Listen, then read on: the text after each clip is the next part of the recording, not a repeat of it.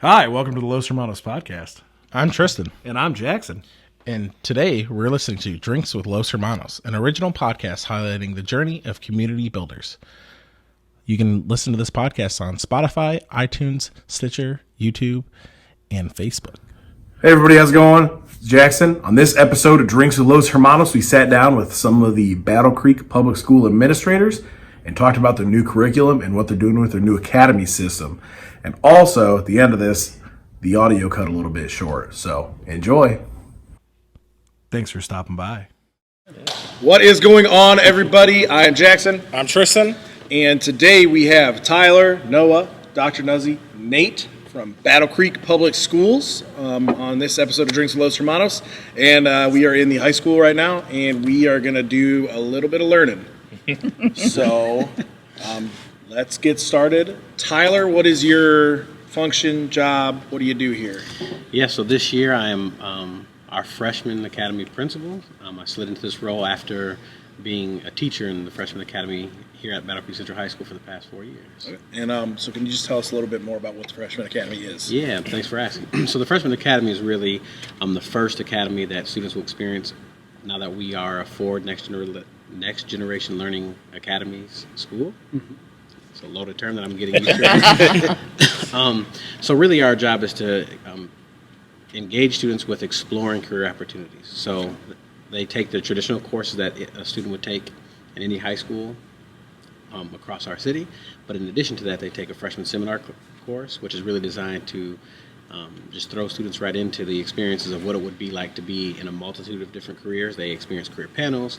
They go on multiple college visit sites when possible. And the college visits aren't just kind of just like, oh, choose a college that you think would be fun. It's really tailored towards the careers that they've identified as an area of interest for them.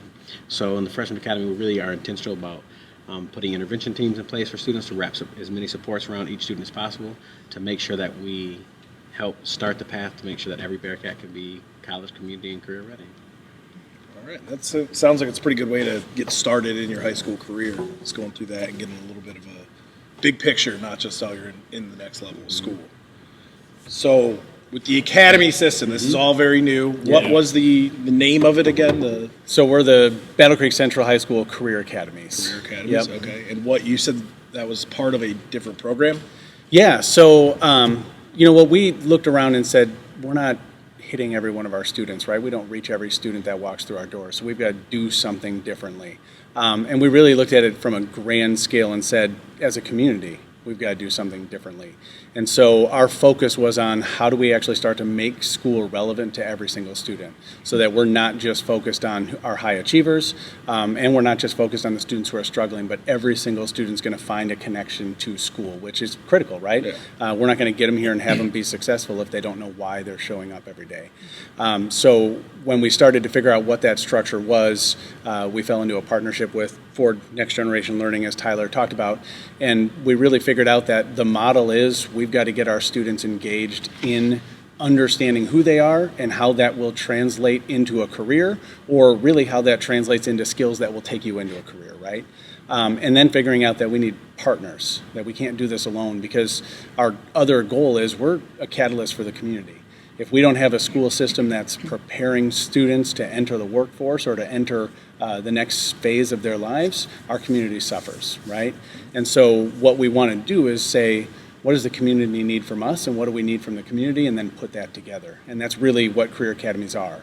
So we're going to figure out with the community, what are the needs? What needs do you all have out of the graduates that walk across our stage, and then build that, right? And so our career academies are targeted with just that. We figured out what careers do we have as a community that we're not filling, what occupations that are high skill, high wage, and now we're going to make sure that the kids have the right skills to start filling those positions. Also knowing a kid may never fill one of those positions because they want to go do something else, right? Yeah. But we've given them soft skills that ensure they can do it. And you said this is the second type of academy system in the state? So we are the second Ford Next Generation Learning Academy, so we actually have been designated as such. And it's actually a model, so they've got just around 40 communities throughout the United States, and then actually one in the UK that are also doing the same work or similar work. But what's neat is it's really not just okay, here you go do exactly what everyone else does. Their model is you sit with the community and figure out what the community needs. So we built this with the community. Everything that we've figured out as far as how do we structure our academies, what careers are we going to be focused on, what soft skills, what does a graduate look like, that was built with our community. So not as a educational institution saying this is what's good for everyone, we did it together. I think that's really important because as I look back at my schooling after I graduated college, I looked at it, I was like, that was really not the best way to teach kids how to learn. And so seeing a different approach to how school is taught and how they fundamentally grow children is something I've kind of like looked back on, like this needs to be changed, but I don't know how. Yeah. So this is an awesome step forward, I think. Yeah. So there are two things that Noah said that just brought some things to my mind. No one sitting here after being designated Ford NGL really knows what happened in those processes with the community unless you were part of that. And to think back on that, I mean, literally we started with groups of people and chart paper galore and, you know, mapping out what we knew about the community needs and then getting more people involved and confirming that and looking at data in the community. And all of that background work to get to this day for our students was really kind of amazing. And as Noah said, it's not a recipe. That was one of the beautiful things about selecting Ford NGL is they knew some lessons along the way for us. They had some guidance, but it was really developed what we needed. It was individualized as it is in all of their places. And then I think the question that I get so very much is, how can you expect a 10th grader to select their pathway? And Noah mentioned that even after they have selected it and gone through the classes that somewhat prepare them for that career or even do have some kind of an industry certification, I think we forget that kids are amazing and we have to trust them and trust their instincts and trust what they know that they like. And also they're trusting us to know that if this is not the path, that it's okay. They can have an exit ramp out to try one other thing. And even in the end, if that's not it, they actually have the opportunity to know that is not it. They don't have to pay for college and get all the way through. Exactly. So, you know, from a parent's perspective, this is beautiful to help them decide, is this it? Is it not it? Before they're writing those big checks or getting those loans. And again, the soft skills that students receive regardless of the pathway that they take. And we ask students down in Nashville, where this academy really started. So what happened, you know, when you didn't pick that career, you didn't go that way? And every single time, bar none, the students said, no, it was okay. It, you know, it prepared me for a whole bunch of stuff, and I knew I didn't want to do it. So that's kind of exciting. So you guys keep referring to the different academies. You can go describe the different ones. So you said there's what, 4? So 3 of them. 3 of them. Yep, no problem. So to Tyler's point, students will enter into the freshman academy, and it's very intentionally meant to give those students the additional support. So you know they need a smaller space. They've just come to you from a middle school. It's a difficult transition for every student who goes to high school. It is a change. You go from being, you know, top of the pile to, okay, I'm just another one of the kids in the school, right? And then you're figuring out who you are. I mean, that transition to 9th grade is you redefine yourself throughout that time, right? And so we want to build a space where they know I've got a group of people that are going to support me through it, right? And that's not just their friends, but that's every kid that walks into that freshman academy, and then it's every single teacher, your counselor, your principal. They're all there saying, we're going to get you what you need so that at the end of this year, you're ready to step into one of the other 2 academies. So then when they make that exit, they've determined what pathway do I want to go into. So we put them through a pretty rigorous process as far as figuring out where do my skill sets lie. So I'm not just saying, ooh, I think I'd like to be in a business pathway. I need to figure out, do my skills actually lend itself to being in the business pathway, right? So taking that passion, but figuring out how it lines up with your actual skill set. And so then they determine what pathway, and then we'll put them into another academy. And we're trying to mirror that same thing. I'm going to find you a cohort of people, students that are thinking the same thing you're thinking, and teachers who are focused on giving you those supports. So they'll end up either in, we call it the Be It at this point academy, so business, engineering, and industrial technology, and then the Health and Human Services Academy. So they've got those two separate spaces. And what's awesome about that is they're going to get hands-on experience. They're going to be out in the workforce. So every single kid will have a job shadow and see what that field looks like.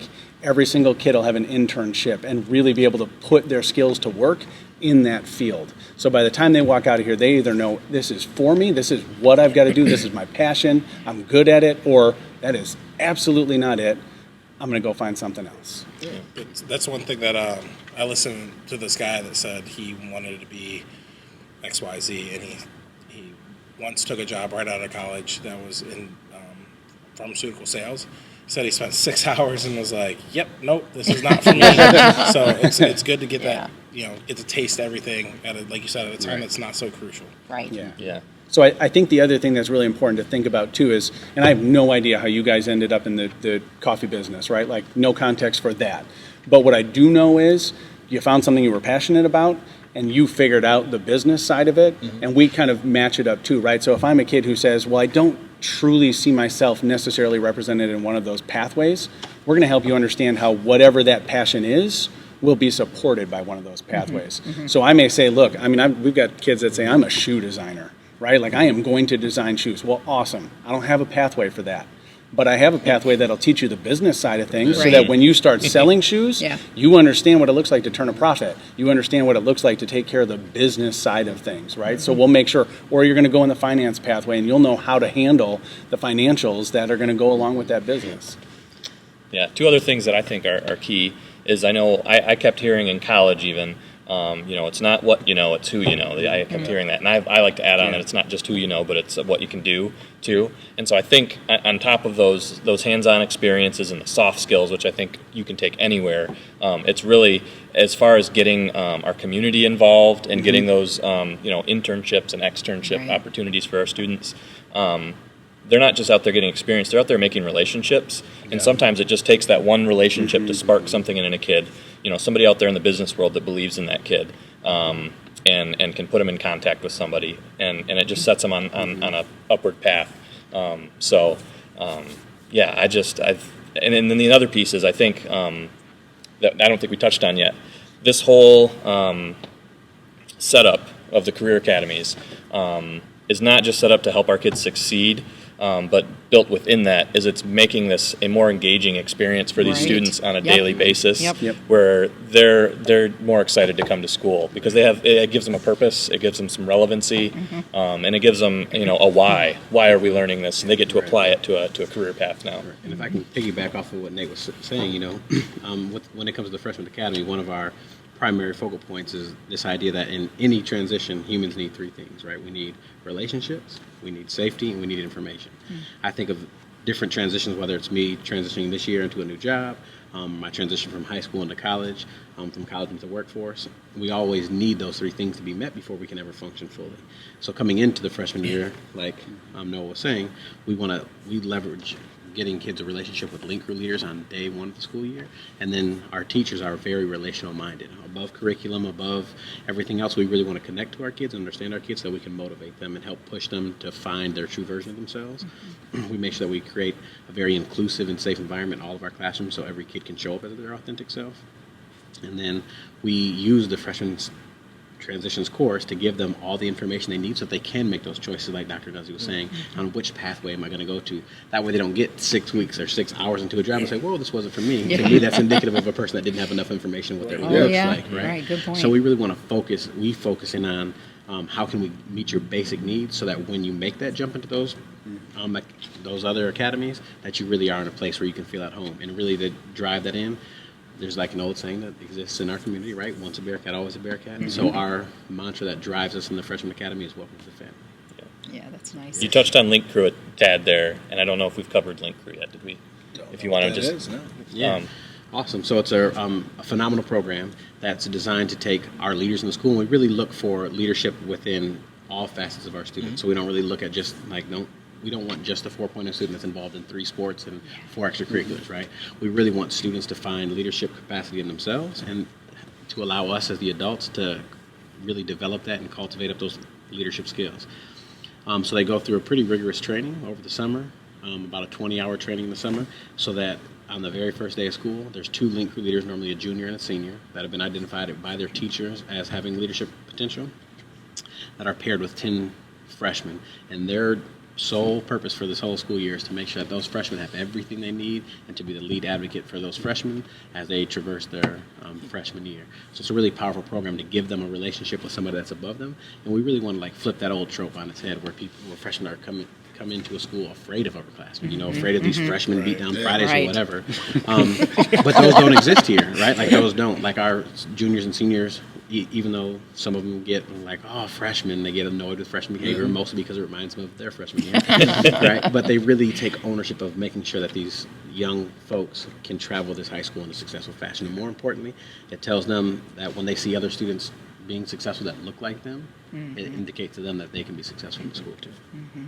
Also builds that community where they, instead of ostracizing them, they reach out and help them out. So I think what I'm gathering from a lot of this is that it's really just building relationships in the school with other students, with internships, externships, and that's something that a lot of times you only get in college. Like when you get there, is like that's when you start to make your network and like your roommates and your hallmates. You end up professionally working with them a lot of the times because that's who you know, and that's something that's not common in high school. And I think that's really great that that's where you guys are starting with that because, just for instance, sometimes college isn't for everybody, but if you did an internship with a company, you might be able to work for that company and get a career out of that and not have to go to college to do so. And that's I think it's just a really good relationship builder and just puts that foundation that relationships are very important. Right. And it allows our community to leverage the greatness that is our kids, right? We have an incredible community of young people.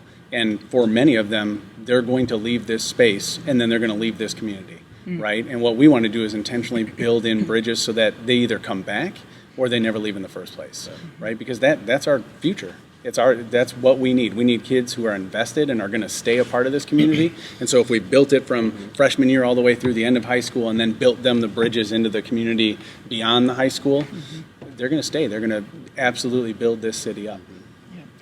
I want to talk up our teachers for a minute too, because this is a really different way, a different structure, a different way to think about, organizing students or teaching, because this isn't what you're taught in school when you want to go into teaching. This is really novel. And what I've seen from the very beginning are teachers who were curious. They were willing to say, okay, I'll listen. And then once they really listened, they understood what this could do for their students and really their community. They're in. They are all in. And it is different, and it's a learning curve for them as well, but they're willing to do it. And so without this group of teachers who would say, yeah, we'll try that, and we'll work through these barriers of I don't know, I think it's a good model for our students. And I do think there's going to be a benefit, too, for our teachers, because there are planned externships for our teachers in community businesses and industry so that the teachers get to go into those places and learn about what it is that they're going to come back and impart to their students as well. So it's really raising everybody at one time. That's amazing. I like that a lot. I blanked. So I think one other thing to think about when we talk about, she's talking about teachers not necessarily knowing exactly what's next, right? And a big part of that goes back to what you said of school didn't really connect, right? And what we know is it's got to be hands-on, it's got to be experiential. You are way more apt to engage if you are actually doing something, and especially something that's going to put you in contact with what it'll look like beyond the walls of a school. And there's no term I hate more than the real world. Like when people say, oh, when you get in the real world, they're in the real world, right? So why don't we just already make it so that they're having that experience? Because we want them to be able to say, okay, I'm really good at X, Y, or Z because I physically did it, right? You don't really know if you're going to be apt to be able to do something until you've put your hands on it and you've done it and you've felt it. And so knowing we're going to have those experiences, but then also knowing we build them with the community. So we're not going to say, oh, this is how it looks when you go work in a business or you go work at a bank or you go do these occupations. I'm going to have those actual people in the field telling us this is what it looks like. Right. And I'm going to come in and show your students what it looks like and then teach them by getting them to do the work themselves. So it makes a big difference rather than a teacher just saying, yeah, you know, you'll use angles when you build a house. Well, that's awesome, right? That's great. You really will. And so now I need that construction company to come in and show them this is legitimately what it is. Right. And I think a lot of what Noah's saying, it speaks to like what teachers are going to teach, right? But paired with that is we're really reframing and reimagining how teachers teach. Right. We're going completely away from that old adage of like a sage on the stage and the spotlight's on me and it's teacher centered and I'm the voice in the room, to like, what are your needs? Where are you at currently? Let's meet you where you are, and then let's build you up to where we want you to be. So it's very student-centered, it's differentiated, it's culturally relevant, it's trauma-informed. We're looking at everything with an equity lens, so there's all these different like angles and we're trying to peel back every layer we can to make sure that the student experience is best for the student, not necessarily best for the teacher. But because of that, we have amazing teachers that are willing to like put their egos to the side and put the old way of doing things to the side and really try to perfect their craft so that we can have the best possible experience for our students. Definitely had some teachers like that.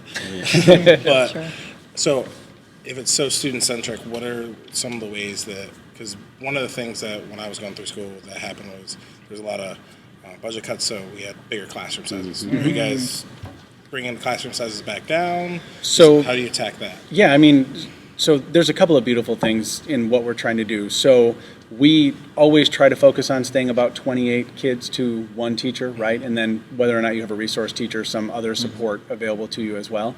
But as a school district, we've been really conscious of the fact that this is going to take investment. You cannot shift the way education happens if you're not willing to say, all right, and we've got to invest in more teachers, right? So we've shifted to a block schedule, which means kids are getting 87 minutes of instruction each period, and very intentionally, because you can't get a hands-on experience in a 50-minute class. By the time you're ready to get the hands-on experience, you're walking out the door because the bell rang, right? And so we know, okay, you've got to stay in that space a little bit longer. And that requires us to invest in having more teachers in the building. I mean, I feel like all I did this year was hire, but I was actually hiring for new positions that we created. We have 3 additional teachers this year, 2 of them being business teachers, that positions we didn't previously have, because we know I've got to put kids through these experiences. And so I've got to have more teachers, more opportunity, and just really changing everything they're getting. So it's not, I'm going to cram 40 kids in the room. We're going to be committed to saying that's not how it works, right? We've got to make sure that that teacher can actually work with each and every student in that classroom. And on top of that, I think a big piece of not only is it like the student numbers that can like start to make a teacher feel overwhelmed and maybe not refine their craft as much, but it's also when teachers are performing in isolation, right? So a part of that investment that Noah is speaking to is that teachers now have way more time than we've ever had to collaborate in what we call professional learning communities, or PLCs, where teachers that share content areas and interdisciplinary teams come together daily and meet for 35 to 40 minutes to start talking about like, what are you doing in your craft and how is it working, and let's look at data around what's happening, and I'm going to come observe you in your classroom. So that way we're expecting students to operate in a very collaborative environment, so we're also mirroring that with our staff. I think another fun thing is that it's not just about the students and the experience that they have right here and now, and not even just the preparation for what they're going to decide to do, but we looked at the resources in our community and just a little bit outside of that.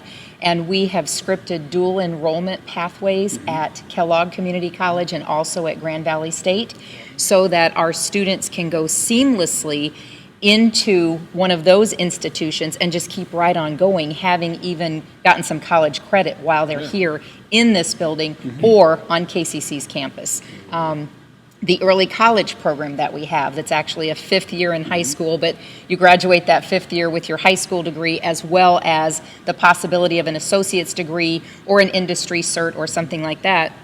We looked at the pathways that we have here, and we made them so strong because we scripted and articulated courses right on into KCC or GVSU that just make it beautiful and make it easy for our students to just go right on.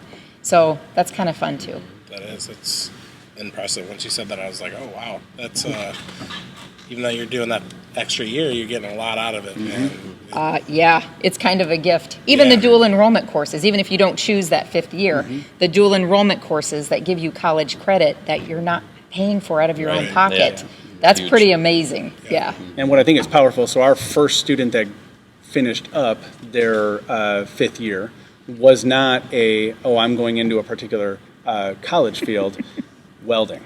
Yes. Right, that was our first completer was a welding program, and so she immediately. I think I was going to say, her, did you say female, which was Yep. even amazing. So, and what's awesome is, I mean, we were 4 months before the end of school, and she was already having the conversation with me about, hey, I already have my job lined up. I'm just waiting to finish up my classes, and I'm going down to Mississippi. I will be welding full time. I tried to follow up with her at the end of the school year. Yeah, I couldn't. she was gone. She had her job. Gainfully and happily employed. So I think it's critical to also to really dig in and say, look, we know college is not the only opportunity, right? Like we believe every one of our students that graduates from this school is going to be career college and community ready. So we want them to be able to hop off at any point. I don't want to say to a kid, you must follow this particular path. Absolutely. I want you to be able to say, I might go into the workforce right now because I have a certificate that says I can access a high skill, high wage job. I can be a CNA, I can be a medical assistant, I can be an EMT. Or I've got this, I'm going to pay my way through college, and now I'm going to go get that additional licensing or degree that's going to elevate my pay, that's going to elevate my job, that's going to get me where I want to go. So we don't want to cut any kid short, because I don't want to tell a kid you're going to go do this, right? Yeah. There's nothing worse than tracking a kid and saying this is the only thing you can do in life, right? I want to be able to say to a kid, do whatever you want. I'm just going to make sure you got skills that are going to let you access that when you're done. Right. So I mentioned KCC and GVSU, but I didn't mention Calhoun Area Career Center. Yeah. And they have absolutely partnered with us beautifully as well. And the welding, the early college welding, was actually through them, as are some of the other industry or trade kinds of things. So we just kind of expanded what our students could have at the CACC with the pathways as well. Yeah. I had another, I want to plug whoever put this program on for us, but I don't remember which bank it was. But the Consumers Credit Union. Consumers Credit Union. What was it called? It is their Reality Fair. Reality Fair. It was amazing, and I wish I would have had that at any point in my life, but particularly any time before college, and just taught our students here. Was it all grades? What grades participated this year? They did 12th grade and some 11th graders. Okay, but just to sum it up, it was kind of like the game of life almost, but in real life over in our gym. And these kids they sat down beforehand, they got a sheet that said, this is what your job is based on their career path that they were interested in. This is what your job is. This is about what the average salary is. Maybe even this is about how much student loan debt you're coming out with. And they take this sheet of paper and they get their weekly, it gives a whole budget. And then they go table to table. We had all these vendors show up. And they get to select, okay, do you want to shop at Aldi, or, do you want to shop at, I don't know, what's Whole Foods? Yeah, exactly.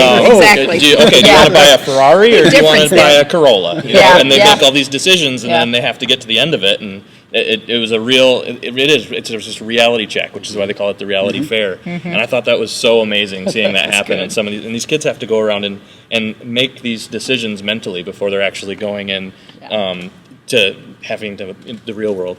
Having to make those decisions. I think what's awesome too is so you highlight it, you say, okay, there's a partnership, right? And what's fun is to look back now and think, so the conversations that we had with Consumers Credit Union along the way, we've been talking to them about, so what do you need, right? Like, what is it that you're not getting from the students that we are having exit our building? And really what they were saying is, we can teach them what it looks like to work the job. I don't need you to teach a kid how to be an employee at my bank. I need you to teach them how to actually interact with other people.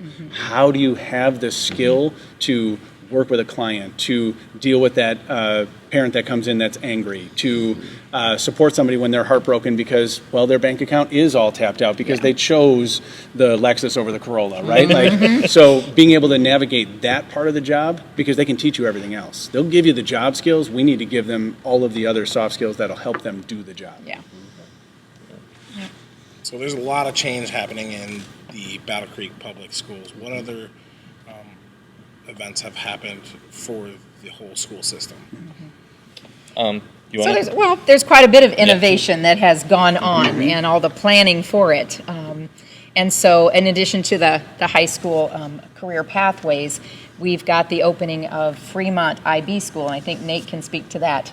And then also we have a middle school STEM that we're opening, and I'm pointing down the hallway because it's actually located on this first floor of the high school, just down a ways from where we are. We had a beautiful setup in that this hallway is rather separate from the rest of what happens in the high school, and a number of parents were concerned about that. They wanted their 6th, 7th, and 8th graders with, here in the high school with this opportunity, but not necessarily interacting with 9th, 10th, 11th, and 12th graders all day, every day. So we had the perfect setup. So this year, we're opening it, I think, in a very smart way. We're starting with 6th grade students only. So next Tuesday, which is a day before the rest of the students come, 60 6th graders will be coming and having their orientation into the middle school STEM.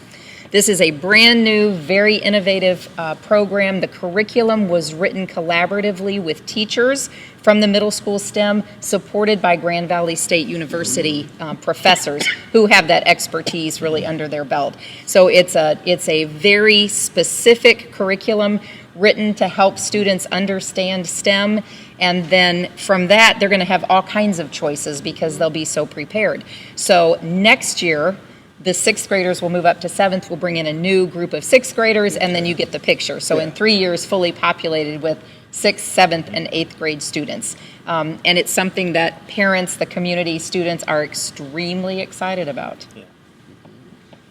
Yeah, and I can speak to Fremont, not just work-related, but I've got an incoming kindergartner who is probably more excited than I am. But it's particularly exciting.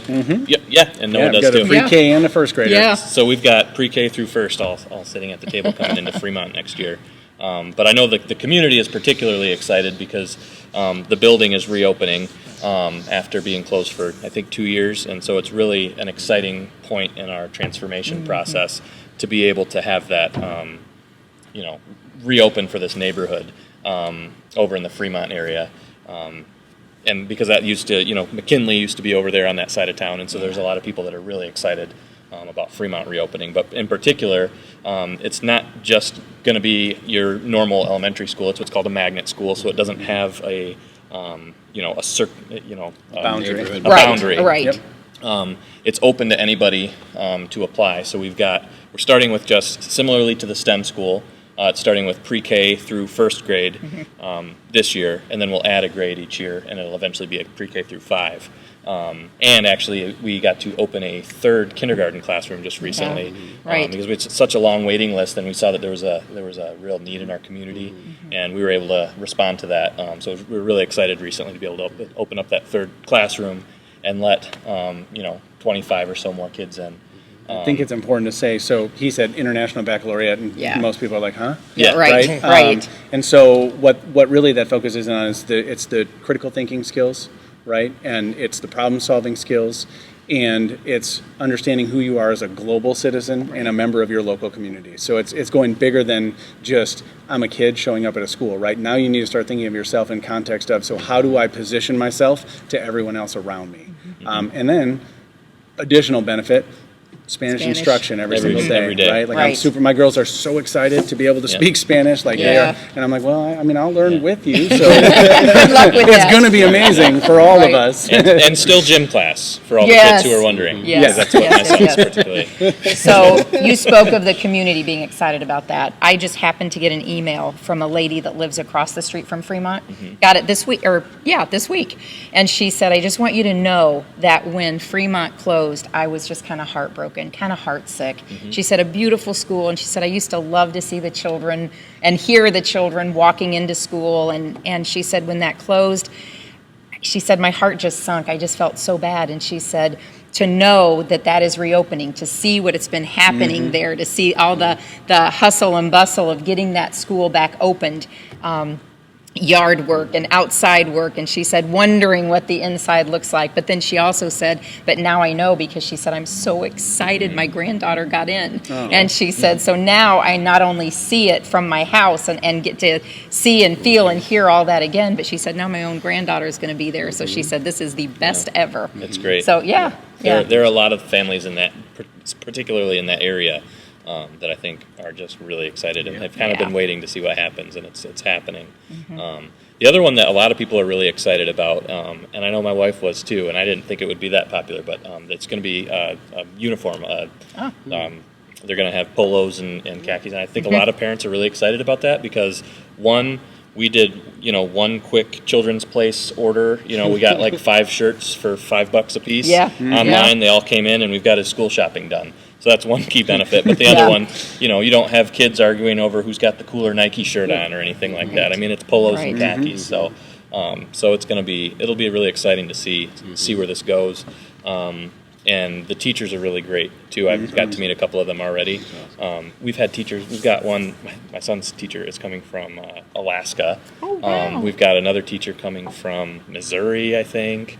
So it's been really exciting to see what this type of school can draw in this kind of talent from around the country. So it's really cool. That's one thing that I've seen around the news and hearing through things is that getting the pipeline of teachers from around the country is really been a focus, and it's glad to see other people are investing in this community as well. Yeah. Do you want to speak to the teacher pipeline too a little bit? Sure, I can. So we are actually part of the career pathways is to gather our own students, get them into education, and I have to say ultimately get them back in our classrooms here in Battle Creek. So that's an initiative with Grand Valley State University that will start right here. They will have classes from Grand Valley State right here in our own high school, and then I really do believe we'll get them back. I think so they'll too. Want to be here. Just looking at the teachers that we have in this district already, and how many of them are from Battle Creek and are Bearcat alum, and they come back and are teaching. It's really cool to keep running into so many of them. Well, and as you know, people are not going into education all over the United States. I mean, it's becoming harder and harder to locate a teacher anywhere, certainly not just in Battle Creek or even just in Michigan. But I kind of almost think of this as like shepherding them or mentoring them. We're seeing strengths in certain students, and we're able to say, hey, that's kind of like what a teacher would do. Are you interested? And I'd walk along the path with you. And I think that makes it a whole lot more enticing to them, and especially when they have great teachers like Tyler. Once a teacher, always a teacher, even though you're a principal now, Tyler. But when they've had great role models and when they've had teachers that have made a difference in their life, who are here still in the building and saying, you can do this and you can come out of this and join us right back here, I think it just does a lot to entice students and to let them know they're in the right role. If I can add one more thing, just because I don't want to leave any stone unturned, so to speak, we really do buy into this idea that all means all, right, here at Battle Creek Public Schools. So despite our best efforts, we know that one program still doesn't fit all students. So Dr. Nuzzi has done a lot of work over this past year of putting together an arena-style school experience over at WK Preparatory High School. If you want to speak to that. Absolutely, and thank you for that, Tyler. I appreciate it. So we do have an alternative high school, and the one thing that I would want everybody to know is a lot of times when people think of alternative, they automatically think of kids with behavior issues, and they think of, I would never want my student there. But the truth of the matter is alternative really does mean an alternative path. There are some students that for many reasons the structure of a school like a high school just simply doesn't work for. They may already be parents. They may be their family's sole breadwinner. It can be all kinds of different things, but it certainly doesn't mean that they are less desirable students or people. And so we opened the alternative high school 3 years ago. We just finished our 3rd year this past school year. And in Battle Creek, our superintendent helps us always look for what's better and better for the purpose of our students. We are student-centered. And so we started looking at our students and thinking, we're doing okay with them. They're learning. But we weren't sure of the value of their diploma, even after we got them through. So we started looking at some different models across the United States. And we arrived on one that we found in Bronx, New York. and it was called Bronx Arena High School. And it's so interesting. We went to visit 2 times. The whole structure is very different. A lot of times alternative students need a little more affirmation, a little more motivation. I don't want to say a little more care, because all students need that care, but just something, a community. Thank you, Nate. That's exactly what it is. And so the Arena High School almost looks more elementary-like when you go in there. So students in high school go to an arena, which is a classroom. They have a teacher that's in that arena that they stay with the entirety of the day. They work on 2 classes at a time. There's an online piece, but it's not like online where that's their instruction. Without teachers face to face, they would not thrive like they do in this arena model. But they load their work online, they get some of their information online, and they have what's called a tracker. So in real time, every day, every hour, it changes to show them what they've accomplished as far as tasks, which would be like assignments. It gives them color codes, red, yellow, green, how they're doing. The thing I love about that tracker is you can always get back to green. You do not have to stay on red, and you don't have to do everything to get back to green. You have to do one thing. So they're very safe. They have one teacher, and then other content specialists will come in to their arena and teach whatever their generalist doesn't teach. So it's just this beautiful community, very few transitions, which is where some kids can have problems, but we also have an opportunity to teach them how to be and how to build positive relationships, not just with their teacher, but with their peers. So it's a really beautiful thing, and I'm very excited about that. Thank you, Tyler, for bringing that up as well. That's over at WK Prep. I was just thinking we should maybe have them on for another episode or something. We probably like that. should. Yeah, bring some after students. The school year starts. One of the neat things was we actually got to go to the Bronx Arena twice, and the second visit that we took 2 students from WK Prep to New York City. And because we wanted them to, we wanted their input, because it feels so funny, or it felt so funny, when you look at these really adults and you look at them in what we're used to seeing more like an elementary kind of a structure. And even though the students there were like, no, this feels really good, we like this, we know what you're saying, but this is good for us. We wanted to take 2 of our students and say, look around, talk to the kids, tell me if they're joshing us, is this for real? Is somebody paying them under the table? No. And then bring it back. So what's nice is these 2 students will still be students at WK Prep, and they will be the beginning of our student advisory team over there. And then they also can talk to the other students and say, this is really good, So that was neat. That is. I like that, because you actually get, like you said, you can see it from one perspective, and it's not the one that you're targeting. So right. You could be like, this doesn't make sense. But to them, like you said, this is perfect. This is what we need. Yeah. That's really something I think we've been working on at every stage of this.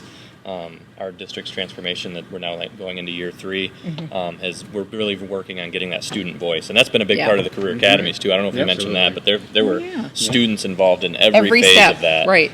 Including their parents, community members, administrators, teachers, everybody. It was really cool. I will say, since we're not leaving any stones unturned, this has got me thinking. Now we've pretty much, we've covered pre-K through 5, talking about Fremont. We've covered the middle school. We've covered the high school. We've covered WK. So I do want to take a second just to plug our adult ed program too, which is always enrolling and is an awesome program we've got here in town.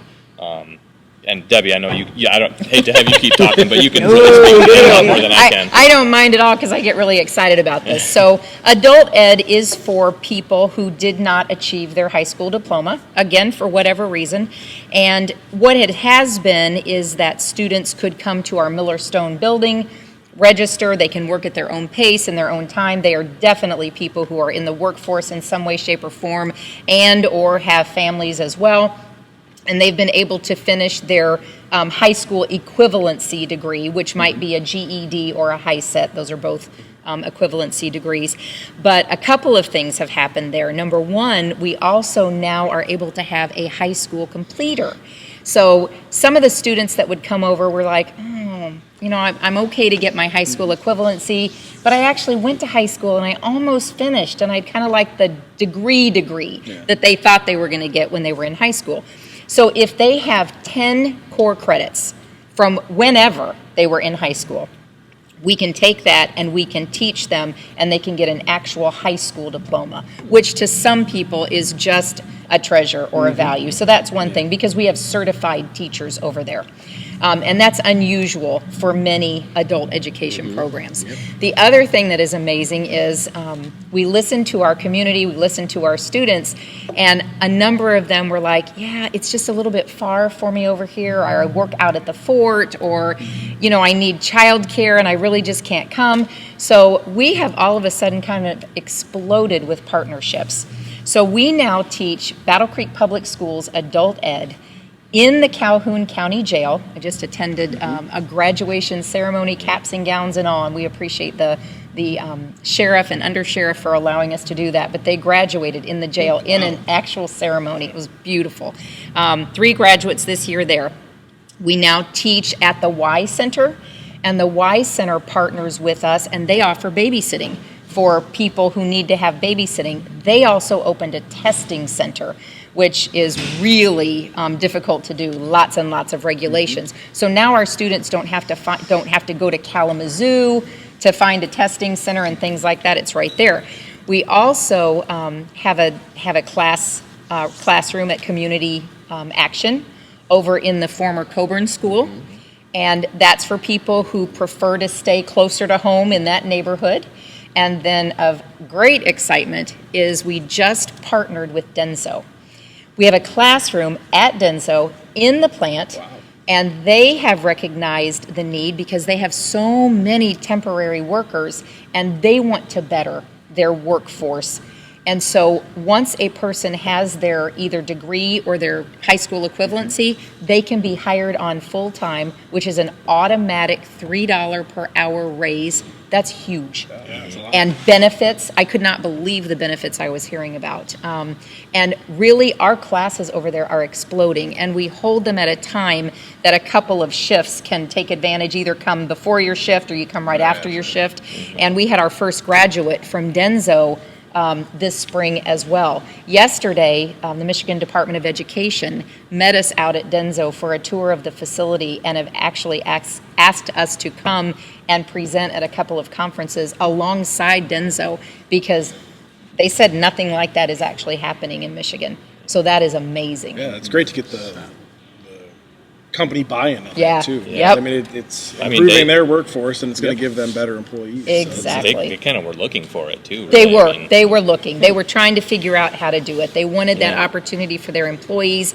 And, you know, sometimes, I don't know if all businesses do that, because if you don't have the degree, we're paying you $3 an hour less.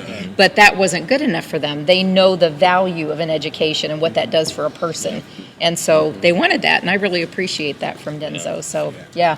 It's crazy to see how far out Battle Creek public schools are branching out, not just the K through 12. It's, you know, all throughout the community in every different way, and it's really impressive to hear all these programs that are coming. Yeah. Not to mention our outdoor education center Right. up in Dowling that touches, I mean, how many schools visit there every week? Amazing. It's crazy just really to think about the reach. Yeah. Right. Did you guys get to visit the OEC? Is it Clear Lake Camp? Yes. Yeah, I went there as a student. Nice. Nice. So then you'll be happy to know that that has just gotten a shot of revitalization, you know, cabins refurbished and updated, and the lodge with new electric and new roofing, and just on and on and on we could go. And it's going to be there for years to come for our students and other students to enjoy. It's crazy how I just remember going there in 6th grade thinking it was like 4 hours. Right. Apologize for the audio cutting out early. It just happened, but I hope you guys enjoyed. And subscribe, like, and share. Thanks.